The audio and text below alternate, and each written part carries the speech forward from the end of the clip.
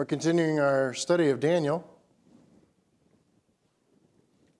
And I hope you'll forgive me. I'm not 100% right now, but like 60 is pretty good for me. So if I get a little hoarse or I'm not speaking loud enough, somebody say something.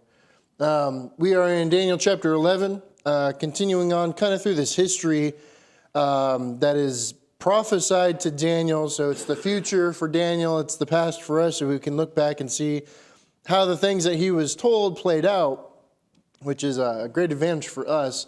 And I kind of thought about this, is it really necessary to get into all the details of every verse?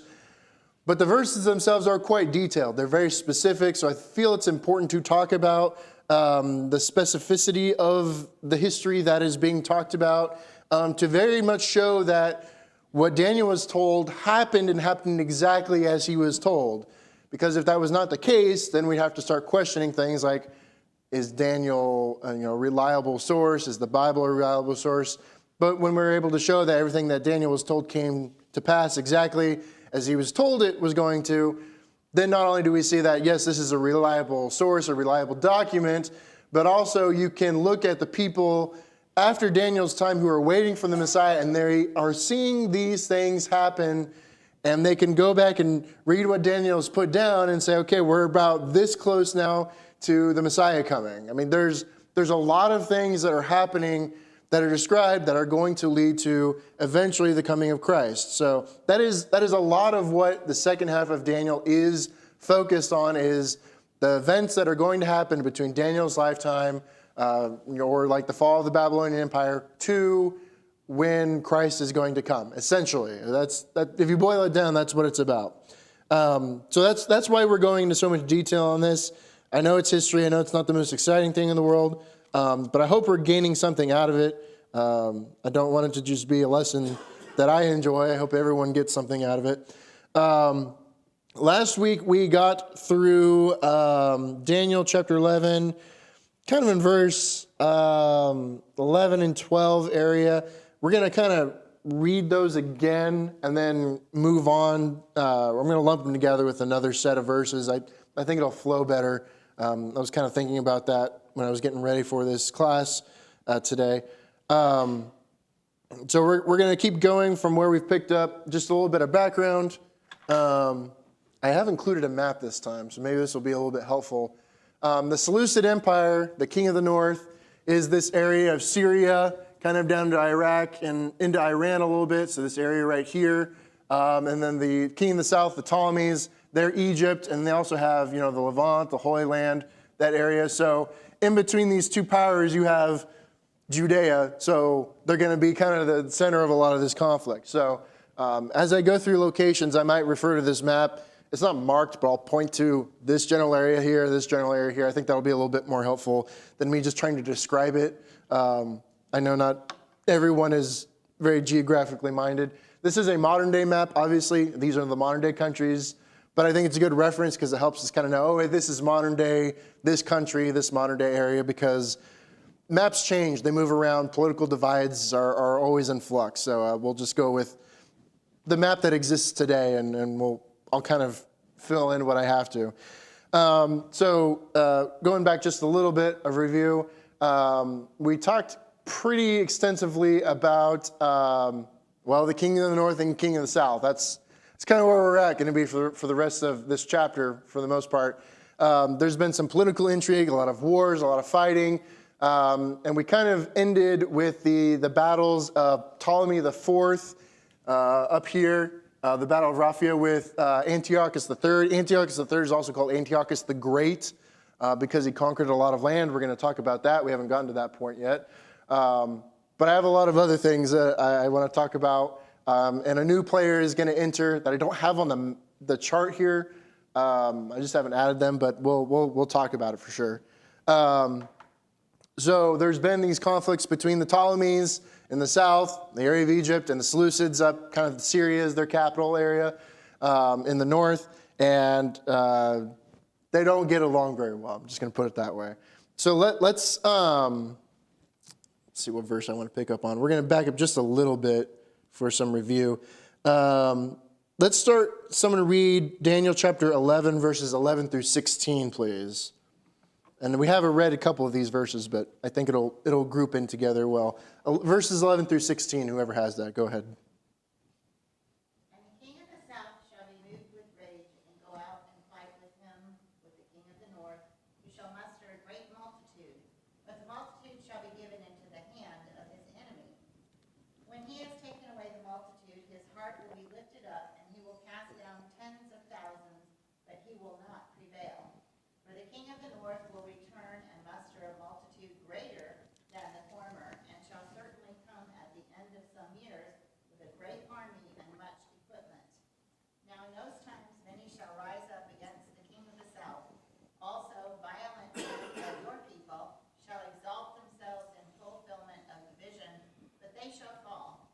So the king of the north shall come and build a siege mound, and take a fortified city, and the forces of the south shall not withstand him. Even his choice troops shall have no strength to resist. But he who comes against him shall do according to his own will, and no one shall stand against him. He shall stand in the glorious land with destruction in his power. Okay. We got a lot to go through here, but I wanted to group these all together this time because I think they're kind of all one thing, even though there's different facets. So it's hard to break these up, but I do want to kind of take them in small bits. So kind of the first couple verses here, verse 11, we have Antiochus III, who's the king of the north here that's being referred to. Ptolemy the IV would be the king of the south at this time. 1217 BC, we talked about this last week. The Battle of Raphia, or the Battle of Gaza, sometimes it's referred to. So there was a huge army that the king of the north, Antiochus III, had. And the numbers I gave last week was 62,000 infantry, 6,000 cavalry, and 103 war elephants. You don't see many of those anymore. But despite the fact that this is a much bigger, much grander army, Ptolemy IV's forces are able to overcome. They're able to defeat Antiochus III. This is what we're seeing here in verse 11 and 12 go on. The bigger army, the greater army of the Seleucids is defeated by Ptolemy IV, the king of the south. And so Antiochus III is forced to retreat to the area of Lebanon, which I referenced last week, but I didn't have a map. So here's Lebanon up here, just north of Israel, kind of tucked in between Syria and Israel. It's that area there. So he retreats, and a few years later, however, there's a problem. Ptolemy IV dies somewhere between 204 to 203 BC. Anytime I give dates, it's going to be give or take a little bit. But he dies, so basically the Seleucid forces come back.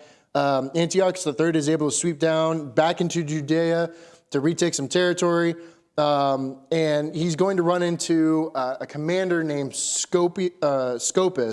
The Egyptian commander Scopus is going to oppose him in the upcoming campaign. Now, the reason he's not going to be fighting directly with Ptolemy V, who takes over after the death of Ptolemy IV, is Ptolemy V he's called a young king. I didn't find any ages exactly on what they're considering a young king, but he would not have been in the position to go out to battle, basically, whatever's going on with that. So Ptolemy V is not leading the charge. It's his commander, Scopus, the Egyptian commander. And so they're going to have some battles coming up here. One thing I do, kind of on a side note, it's not a side note because it's going to come up earlier, I'll mention it, but Antiochus III is going to negotiate an alliance with King Philip V of Macedonia. Macedonia would be this area in Upper Greece over there. He's going to negotiate a peace with King Philip V of Macedonia, basically to divide up the remaining Ptolemaic holdings in Asia Minor. So under Ptolemy, the earlier Ptolemies, Egypt had not only pushed back the Seleucids in the Holy Land, but had taken some holdings around the coast of Turkey. That's what we call Asia Minor. And so Antiochus III has made a deal with the king of Macedonia to say, hey, let's gang up on these little holdings that are on the other side of the Mediterranean Sea. We'll divide them between us. It'll be a good time. We'll split the spoils, basically. So they enter into that alliance. So I'm just wanting to mention that because that's going to come up later. Now in 199 BC, so we're going to move kind of slowly here through these. There's a lot of battles going on. 199 BC, we have a couple battles that go on. Antiochus III fights Scopas, the commander for the Ptolemaic army. He fights him at the Battle of Peneus near the headwaters of the Jordan River. And this time Antiochus III is victorious. The Seleucids win that battle. Now, kind of looking at verse 14 where it talks about violent men arising from your own people, or those rising against the king of the south. It seems immediately after this loss, this Battle of Peneus, the Ptolemies are suddenly having to face uprisings. Some Jewish people, in fact, pledged themselves to Antiochus III at this point and aided him in his battles against the Ptolemaic garrisons that were there in the area. I want to read a bit from Josephus. He records the following in his Antiquities. He says, "Yet it was not long afterward when Antiochus overcame Scopas in a battle fought at the fountains of Jordan and destroyed a great part of his army. But afterward, when Antiochus subdued those cities of Celesyria, which Scopas had gotten into his possession, and Samaria with them, the Jews of their own accord went over to him and received him into the city, that is Jerusalem, and gave plentiful provisions to all his army and to his elephants, and readily assisted him when he besieged the garrison, which was in the citadel of Jerusalem." So not only is the Ptolemaic army beaten at Peneus, but now they're having to deal with the locals saying, hey, maybe we should be under this Antiochus guy instead. And so they are helping the Seleucids fight against the Ptolemies. So in this case, Josephus talks specifically about Jerusalem, how there's this garrison there in Jerusalem, and the Jews are going to help Antiochus win that battle to get the Ptolemies out. Now, I want to note that this assistance that they render to the Seleucids is not going to be remembered when the next king of the Seleucid Empire comes up, Antiochus IV. We'll get to that. Just know that that's not going to come into play very well. He's not going to treat them very well, despite what they've done for them. Now, after the Battle of Peneus, these uprisings are going on. Scopas and his forces, they flee to the fortified city of Sidon, which is going to be about right here on the coast in that area, just north of Israel. So he flees to Sidon. It's a very strong fortified port city. Maybe not as much as Tyre was. We had that whole description of Tyre and the island fortification that it had. But it was a major city. He should have been able to hold out. He's hoping to hold out anyways. But he is soon besieged. So if you look at the scriptures we have here, verse 15, the king of the north building the siege ramps of this fortified city, referring to Sidon here. So Scopas kind of has no way out. He's trapped in a city. He doesn't have any help. His army's already taken a beating. And so he makes a deal. He tells Antiochus III, hey, if you let us go, safe passage back to Egypt, we'll just give you the city, no fighting. Just let us go back home. And the story goes that the Ptolemaic army was allowed to leave the city, but only after they abandoned their weapons and left the city naked. So they literally left with nothing but themselves. That's two reasons to do that. You want to capture some of their goods, but also just plain humiliation of the Ptolemies. Because of course everyone would see this and know, wow, these Seleucids really made fools out of the Ptolemies here. So both of them got what they wanted, sort of, but it was a pretty extreme thing. So with the victories at Peneus and Sidon in 199 BC, Antiochus III, he pretty effectively takes the land of Judea from the Ptolemaic Empire. I kind of talked about last week that the Ptolemies really kind of had the area of Israel under their control, all the way up to the area of Lebanon and Syria. But now at this point, with all that Antiochus III has done, basically they're under the reign now of the Seleucids. So Ptolemies have been pushed farther south in Egypt, and now the Seleucids reign supreme in what you would call the Holy Land or the area of Israel. Any questions, thoughts, anything on that section? That's basically the scripture for verse 16 as far as the history of that plays out. Okay, I'll keep talking. Let's continue on. Let's just read one more verse. Someone read verse 17 for us, please. Verse 17. He shall also set his face to enter with the strength of his whole kingdom, and upright ones with him. Thus he shall do. He shall give him the daughter of women to destroy it, but she shall not stand with him nor be for him. Okay, so we have a very interesting thing that happens here. After all this destruction that Antiochus III has inflicted on the Ptolemaic Empire, Ptolemy V now, let me go back to your timeline here. Ptolemy V, who's in power now, has not been in the battles himself, but he is the leader of the Ptolemaic Empire. He agrees to a treaty. Now, the terms of this treaty basically has Ptolemy V surrender his claims to the region of Judea, his holdings in Asia Minor that I mentioned that the Seleucids and the Macedonians were going to split between them. And then there's one other thing. That treaty is sealed with a marriage, as was very common in that time. Ptolemy V agrees to marry Antiochus III's daughter, Cleopatra.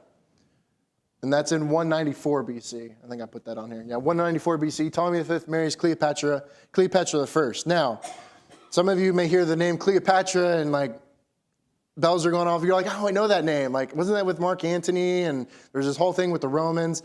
It's not that Cleopatra. That's Cleopatra VII. We will get there. We're not there yet. This is the first Cleopatra of 7 Cleopatras that we will go through over the course of this history. We won't talk about every single one, but there will be 7 between now and then. So this is, like I said, this is not the Cleopatra. So I say Cleopatra, don't think that Cleopatra. It's not that one. But this also means that the first Cleopatra, which we associate with Egypt and Egyptian culture, is not an Egyptian because she's coming from the Seleucid Empire, which is up north in the Syrian area. So probably a Hellenistic Syrian is probably her origins. I'm not really sure, but she's definitely not Egyptian. So just an interesting fun fact for you. You can take that one home and impress your friends.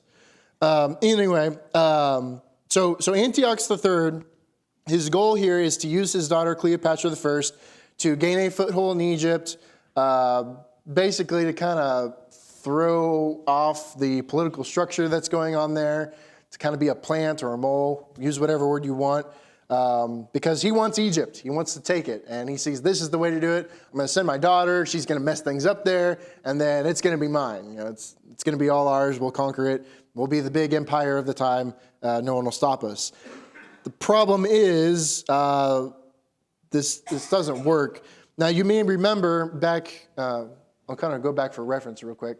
You may remember back in the area of Ptolemy II, he sends his daughter Berenice to marry Antiochus II, and she causes a whole bunch of problems with the Seleucids. That's basically what's going on here. That's the plan.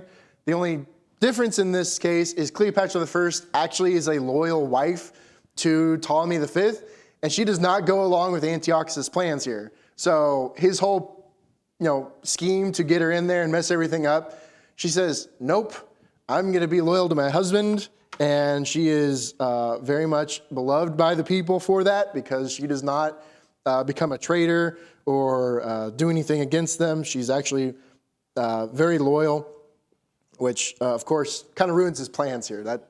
It doesn't help Antiochus III at all when his daughter doesn't listen to him in this case. So kind of backfires. He has to kind of lay off Egypt for a while. He's going to turn his sights to other places that we'll get to in the next couple verses.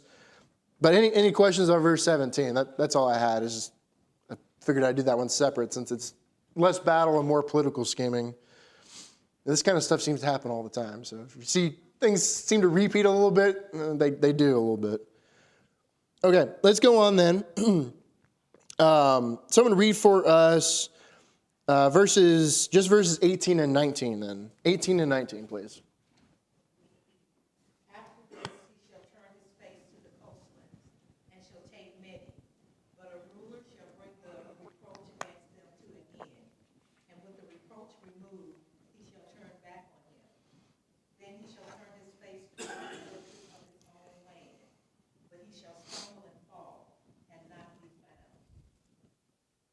Okay. So up until this point, Antiochus III, also known as Antiochus the Great, because he conquered a bunch of territory, he's kind of been on the up and up until, Cleopatra doesn't really listen to him, and his whole scheme to get Egypt doesn't fall through. But pretty much from here on out, it's going to be his downfall. We get some really interesting stuff going on here. So like I said, Cleopatra I didn't go along with Antiochus III's scheme to deliver Egypt into his hand. So he turns his sights now to the coastlands, I believe is the word that was used. Basically, we're talking about Greece. So Greece, it's labeled on there. That was pretty easy. So he's turning his sights on Greece because, a little bit more land is never enough. So he's got to get some more stuff from somewhere. So he's going to turn his sights onto Greece, and he begins a campaign to invade the areas of Greece in coordination with the Aetolians in 192 BC. Not a lot of detail I have for that, but in doing so, kind of kicks the beehive. What's the term I want to use? He kind of messes things up. So because now he's entering into Greece, there's another world power that's starting to come on the stage that is not really happy with seeing a grand empire on their doorstep, and that's Rome. Now, we haven't really talked about Rome much yet, but now we're going to. Rome is kind of on the verge of entering on the scene here.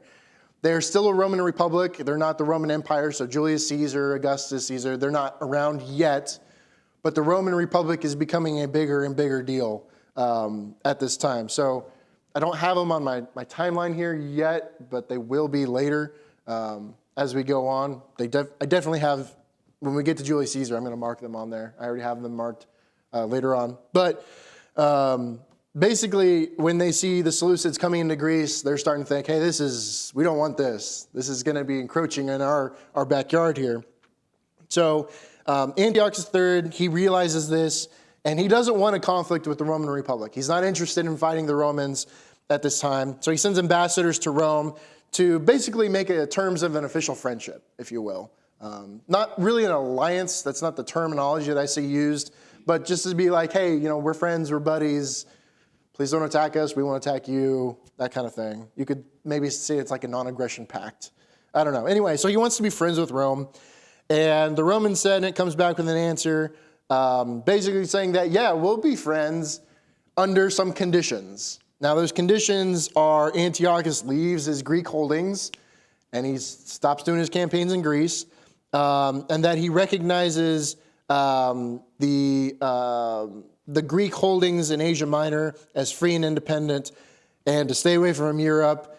And if you do those things, basically, if you stay out of here, they say, then you can be fine. The only problem is he wants to be here. That's where he wants to be. So that's kind of not going to work very well because they basically want the opposite of each other in this case. So Antiochus III refuses. He decides, okay, I'd rather have this land than be friendly with Rome. So he's going to keep doing what he wants to do. He sails 10,000 men to Asia Minor to conquer more strongholds in the region. That's, again, Turkey, the coastland around there.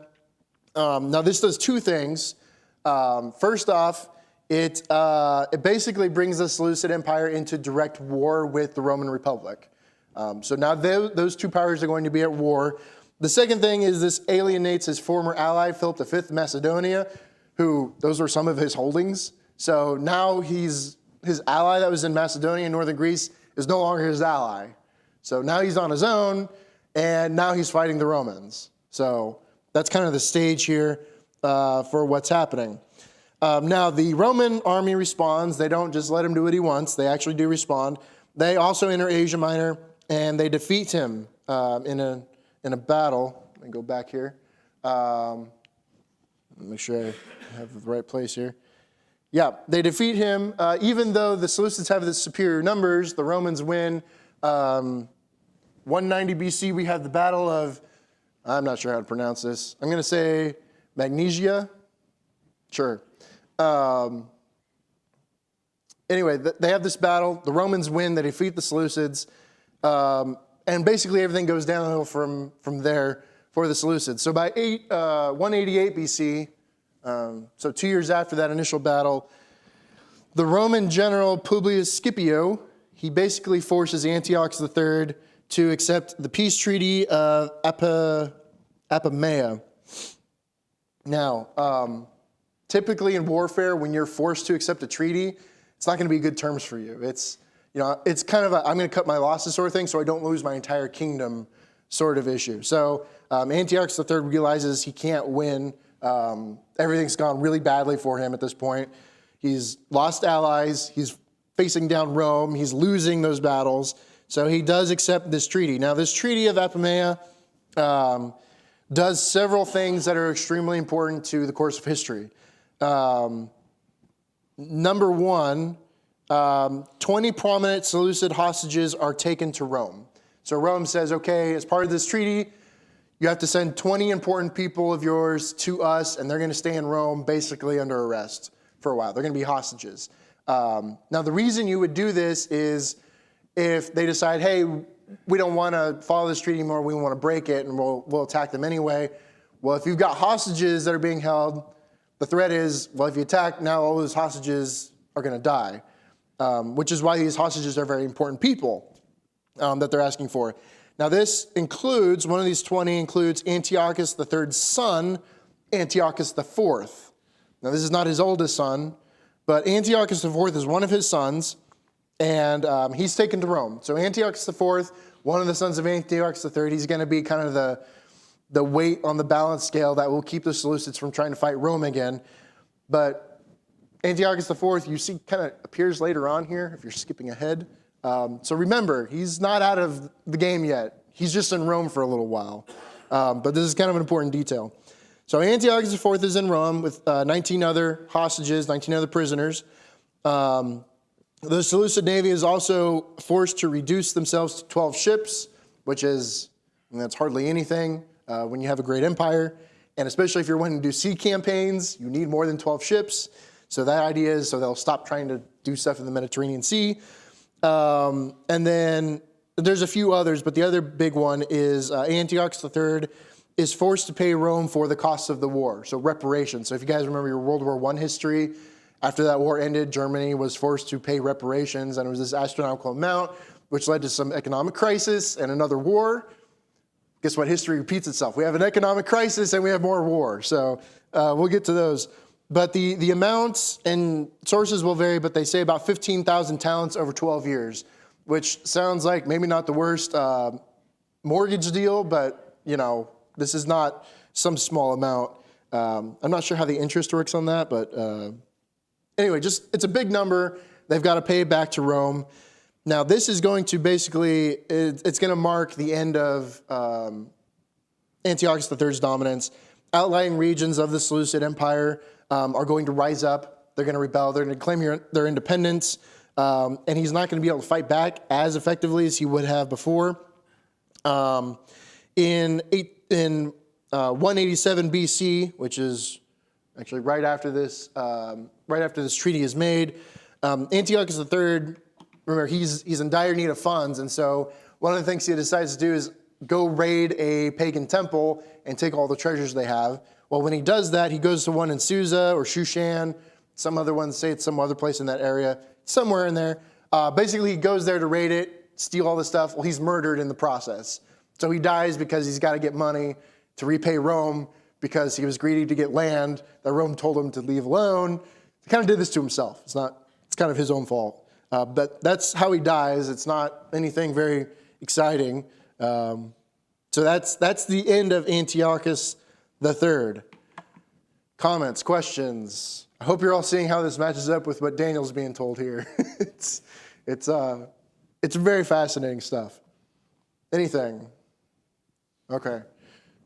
We'll move on then. We could probably get to this last section. So I'm going to read for us verses 20 and 21, please. Verses 20 and 21 of Daniel 11. Then shall stand up in his estate a raiser of taxes in the glory of the king, but within a few days he shall be destroyed, neither in anger nor in battle.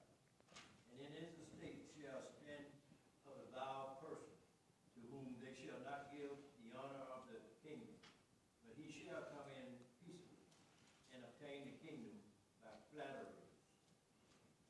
Okay. We got a lot to talk about here. I'm hoping I get through this section before we're done. So after Antiochus III dies, his oldest son, Seleucus IV, takes the throne. So if Antiochus, he dies when he's raiding that pagan temple. So Seleucus IV is now in power. So let's see. The only thing is that debt to Rome, it's still owed. That's still going on, so he's got to address that. So one of the things that Seleucus IV does is he imposes a heavy tax on the empire. But now remember, his empire is a little bit smaller than it was before because of all the uprisings and these outlying areas that have declared their independence. So he's taxing a smaller population with more amounts, basically, which never makes anyone happy. But this taxation does still include the area of Israel. The region of Israel, Judea, is still under the control of the Seleucids at this time, and so they also are being hit with this massive tax increase. Now, the story goes that Seleucus IV sends its head minister, Heliodorus. Remember that name, it's going to come up later. He sends Heliodorus to the temple of Jerusalem to extract this tax money. Basically, the Seleucids come in the temple and they're like, okay, give us your stuff. It's time for taxes. Imagine if the IRS worked like that. It's pretty extreme stuff. So everyone's getting taxed because they got to repay this debt to Rome. And speaking of Rome, they are deciding they want to alter the deal a little bit. Pray they do not alter it any further.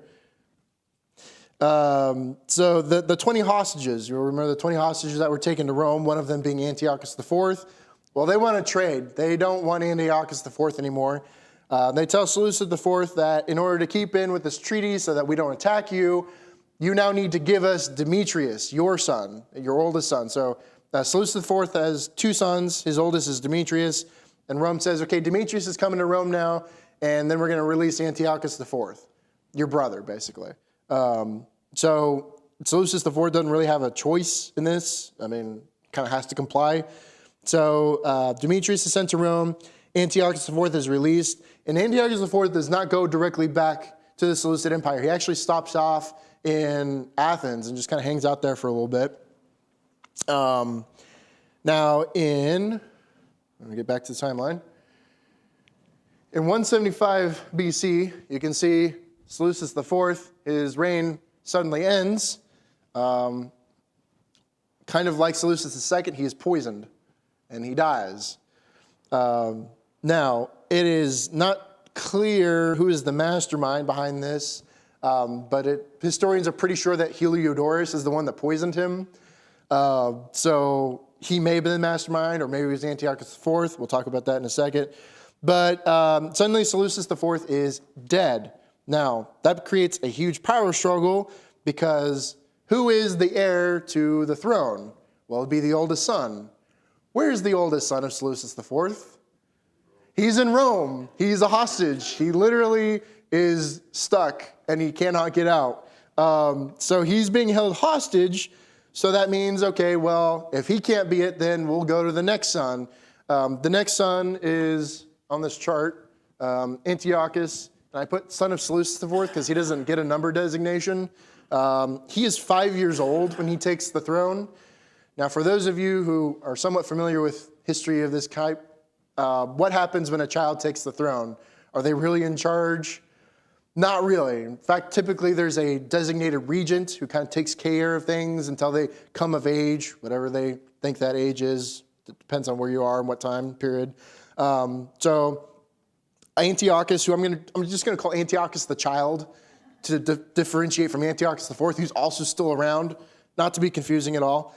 But so Antiochus the child is put on the throne at age 5, and Heliodorus, the guy who poisoned Seleucus IV, is now the de facto regent. So Heliodorus is kind of in charge of the Seleucid Empire, which is maybe why he poisoned Seleucus IV. Not sure, but he would have some reason to do that. So that's the power vacuum going on. So just kind of recap real quick so we don't get confused. Seleucus IV has been poisoned by Heliodorus. The oldest son, Demetrius of Seleucus IV, is hostage in Rome. So instead, Antiochus the child, who is only 5 years old, his younger son becomes ruler, but the de facto regent is Heliodorus, the guy who poisoned Seleucus IV. And also, Antiochus IV is hanging out in Athens. So that's the pieces where they are. So looking at verse 20, so that's basically verse 20, talks about Seleucus IV. And then verse 21, we're going to start talking about Antiochus IV. So you see, being succeeded by a contemptible person who's not given the honor of royalty. That we're going to be talking about Seleucus IV here. So basically, when Antiochus IV hears that his brother Seleucus IV has died, he decides he's not going to wait around anymore. He sails to Pergamum, and he seeks the aid of the king Eumenes. I'm not sure how to pronounce it.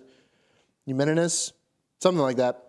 The second, and also his brother Attalus, the king's brother, that is. And then with kind of their support, as saying like, yeah, we'll be a political supporter of you, he basically makes his way back to Seleucia in Syria. And he basically walks in and says, hey, I'm the dead king's brother. I may not be the inheritor of the throne, but I'm going to declare myself co-regent. And I've got people over in Pergamum that will support my claim as co-regent. So they basically have to accept Antiochus IV as a co-regent. So now it's not just Heliodorus who's in charge, but Heliodorus and Antiochus IV who are supposed to be working together until Antiochus the child comes of age.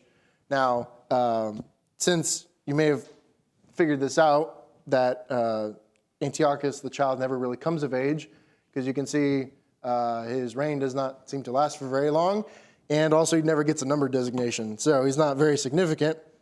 In 170 BC, Antiochus the child is mysteriously murdered. Antiochus IV is not around, but that doesn't mean he can't pay someone off to do this dirty work for him. So the younger son of Seleucus IV is now dead. Now, who's supposed to inherit the throne? Well, it's supposed to be Demetrius, but where is he again?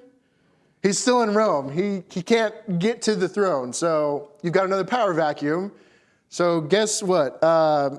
Antiochus IV says, well, I was the brother of the king who died a while back, and I was the uncle of this king who just died. I have the rightful claim to the throne here. And so he basically becomes the sole possessor of the Seleucid throne, even though Demetrius is still around. He's just in Rome. He just can't get there. He's stuck. So Antiochus IV, who is not supposed to be king, is suddenly king of the Seleucid Empire in a very interesting way. So this is how we see verse 21 fulfilled.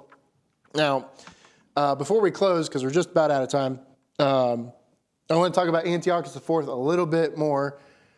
Antiochus IV, a lot of times is referred to as Antiochus Epiphanes. So if you hear that name, it's this guy. And next week, when we get to it, we're going to see all the terrible, terrible things he does. He's already kind of called, in verse 21, a contemptible person. At least that's my translation, or vile person. Some translation will say about him in verse 21. He's going to do a lot more bad stuff, like really, really bad stuff. He's basically the Hitler of his time, and that's not an over-exaggeration. He's going to do some really awful things. So be prepared for that when we talk about that next week. Is everyone kind of clear on where we are on this? I know the political maneuvering has gotten all over the place. I know Rome is kind of a factor here. I wish I knew how to put it on the chart, but it's the Roman Senate. You know, they're not anybody important. But Rome is coming into play now, and Rome will continue to come into play. We're going to see them kind of prevent the Seleucids from doing other things that they would otherwise do. And eventually, well, we'll get to it. I don't want to get too far ahead on that, because we'll get there. Any comments, questions, thoughts before we close for this morning? We're at a good stopping point here, so I don't want to go beyond what I've got here. Okay? Does the map help? I hope it helps, because I can point at things now and say, this is this area and this area. I mean, if you look online, you can find a lot of good detailed maps that will tell you specifically a lot of these things. So I can't do all of it, but they're out there. All right.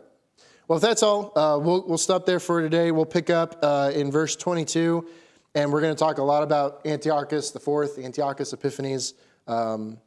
Just talk about a lot of the bad stuff he chooses to do. And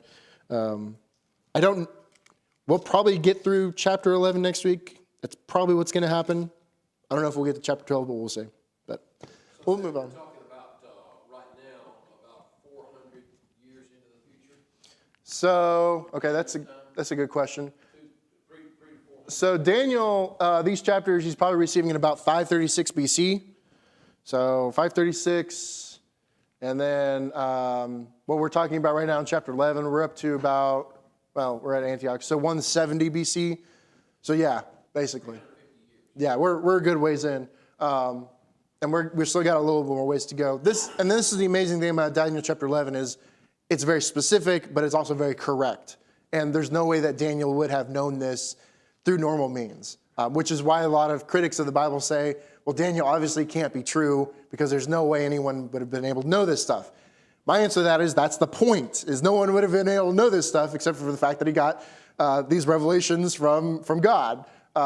He got these visions. So, yeah, they're right, but they're right in the wrong way, I guess. So, yeah, we're hundreds and hundreds of years out.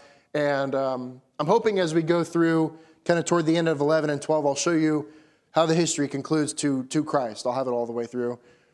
Well, actually, I've plotted out all the way through to the fall of Jerusalem in 70 AD. So we're going to go a little farther than that. Not super detailed, but just have it on the map or on the timeline.